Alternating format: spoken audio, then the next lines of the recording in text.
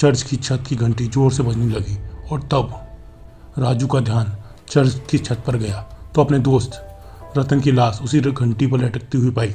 रतन की रहस्य मौत को देख राजू के पैरों तले जमीन खिसक गई और खुद को रतन की मौत का जिम्मेदार समझने लगा। राजू और रतन असम में स्थित गुवाहाटी में रहते हैं और पक्के दोस्त थे। एक रात वो दोनों कोई पार्टी से वापस आ रहे थे। रात बहुत हो गई थी और अब उनके घर पहुंचने में बहुत देर हो गई क्योंकि दोनों ने पार्टी में खूब शराब पी ली थी और इस वजह से राजू गाड़ी धीरे धीरे चला रहा था। रतन राजू से बोलता है, यार राजू, आज तो पार्टी में बहुत एंजॉय किया, तू गाड़ी चला लेगा ना, या फिर हम किसी होटल में आज रात रह जाते हैं। राजू रतन से बोलता है, नहीं रतन, मैं ठीक हूँ, एक शॉर्टकट वाला रास्ता मुझे पता है जो नेहरू पार्क वाले रोड से जाता है, उससे जल्दी घर पहुँच जाएंगे। रतन राजू से बोलता है, नहीं राजू, उस रास्ते से कोई गुजरने की हिम्मत नहीं करता है, वो एक हॉन्टेड रास्ता हैगा। राजू, मैं ये सब नहीं मानता, एक बार घर पहुँच जाए बस, इससे ज़्यादा छोटा रास्ता और कोई इलाके में नहीं है। मैं राजू को बहुत समझाया। राजू एक नास्तिक था जो भगवान और भूत प्रेत को नहीं मानता था। बातें करते करते दोनों नेहरू पार्क तक पहुंच जाते हैं। नेहरू पार्क रोड पहुंचते ही रतन की तो जैसे हालत पतली हो जाती है। राजू बोलता है, क्या हुआ रतन, तू इतना डर क्यों रहा है? रतन, मैंने कहा था ना कि यहाँ नहीं आना चाहिए, तुम बहुत जिद्दी हो राजू। राजू बोलता है, तू फिर शुरू हो गया, छोटा सा रास्ता है, अभी कुछ देर में हम घर पहुंच जाएंगे। अचानक चर्च के पास पहुंचते ही उनकी गाड़ी खराब हो गई। चर्च की घंटी बजने की आवाज़ जोर से आ रही थी। रतन ने समय देखा, रात के 2 बज रहे थे। चर्च देखने में एक पुराने खंडर जैसा लग रहा था। रतन बोलता है, यार रात के 2 बजे भी चर्च खुला है, अगर हमने शराब नहीं पी होती तो चर्च के अंदर जरूर जाते। राजू बोलता है, यह भगवान, ईश्वर, सब तुम इंसानों का भ्रम है। एक तो दूर दूर तक कोई मैकेनिक नहीं दिख रहा है, शायद कोई लिफ्ट मिल जाए तो सही होगा, गाड़ी के पास इंतज़ार करते हैं। इतने में रतन को चर्च के बाहर एक बूढ़ा सा आदमी दिखा। रतन राजू से बोलता है, वो देख, चर्च के बाहर कोई बैठा हुआ है, चलना देखे, शायद वो हमारी कुछ मदद कर दे। राजू बोलता है, मुझे तो वहाँ कोई नहीं दिख रहा है, लगता है तुझे बहुत नशा हो गया है। रतन राजू से बोलता है, नहीं राजू, ध्यान से देख, वहाँ तुझे एक बूढ़ा आदमी दिखेगा। राजू ने फिर देखा तो वहाँ कोई नहीं दिखा। रतन उस बूढ़े आदमी के पास गया तो उसने देखा एक पादरी बाइबल पढ़ रहा था। रतन हैरान था कि ऐसी खंडर जगह पर रात के 2 बजे यह पादरी अकेले में बाइबल कैसे पढ़ रहा है। रतन फादर से बोलता है, आप यहाँ अकेले क्यों बैठे हो और इतनी देर रात को चर्च की बड़ी घंटी का बजाना, इस चर्च की हालत कहते हुए क्या आपको डर नहीं लगता? पादरी को रतन पर बहुत गुस्सा आता है और वो बाहर से चले जाते हैं। रतन का चर्च को अंदर से देखने का बहुत मन होता है और वो मोबाइल की टॉर्च ऑन कर कर अकेले ही अंदर चला जाता है। उसने अंदर देखा, पादरी एक कोने में बैठकर बाइबल पढ़ रहे थे। रतन, अरे ये तो आश्चर्य की बात है, अंधेरे में भी पादरी बाइबल कैसे पढ़ रहे हैं? रतन की वजह से पादरी को बाइबल पढ़ने में बहुत परेशानी हो रही थी। वो चर्च की छत पर चले गए। रतन भी अपने मोबाइल लाइट से पूरा चर्च अंदर से देख रहा था और फिर देखते देखते वो भी छत पर पहुंच गया। रतन उस बड़ी घंटी के पास पहुंचा और उसे बजाने की कोशिश करने लगा।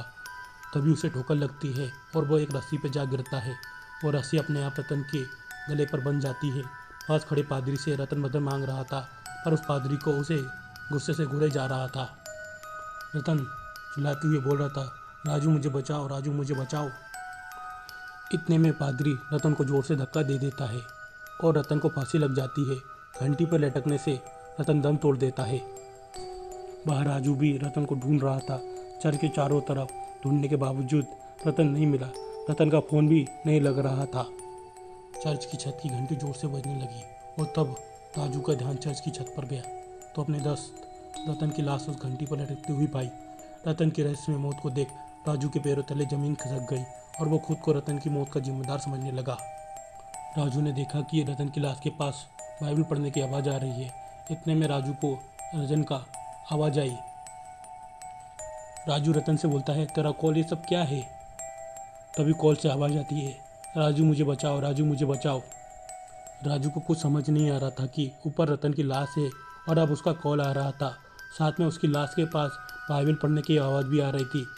राजू चर्च की छत पर जाने लगा और इतने में एक ट्रक के गुजरने की आवाज़ आई। राजू ने उस ट्रक को रोका। राजू बोलता है, सुनिए भाई साहब, प्लीज़ मेरी मदद करो, मेरे दोस्त की लाश बाहर चर्च के ऊपर लटकी हुई है।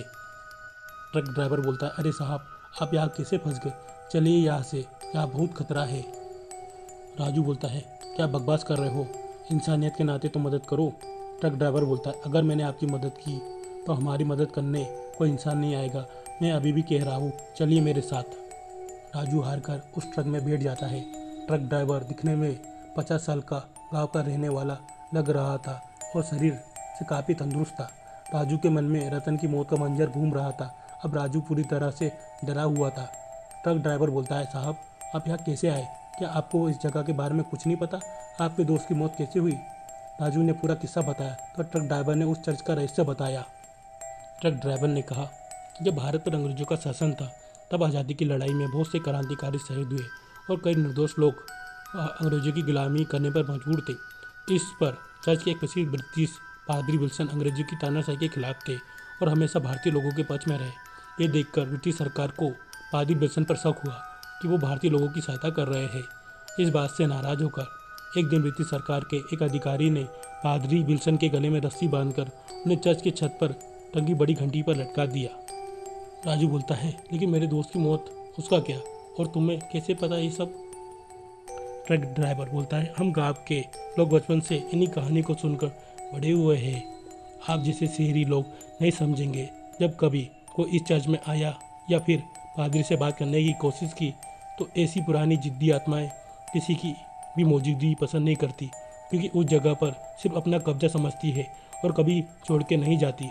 आपके दोस्त को भी पादरी ने मारा ही होगा, ऊपर से आप दोनों ने शराब पी रखी है। इस बात से पादरी ने और भी ज़्यादा क्रोधित होकर रतन को मौत के घाट उतार दिया होगा। राजू बोलता है, इतने सालों से ये चर्च को हटाया क्यों नहीं गया? ये सब कब तक चलेगा? ट्रक ड्राइवर ने कहा, हाँ साहब, कई बिल्डरों ने इसे तोड़ने की कोशिश की पर वो सब अपनी जान गंवा बैठे। ऐसी पुरानी आत्माएं किसी की भी मौजूदगी पसंद नहीं करती, क्योंकि उस जगह पर सिर्फ अपना कब्जा समझती है और कभी छोड़ के कहीं नहीं जाती।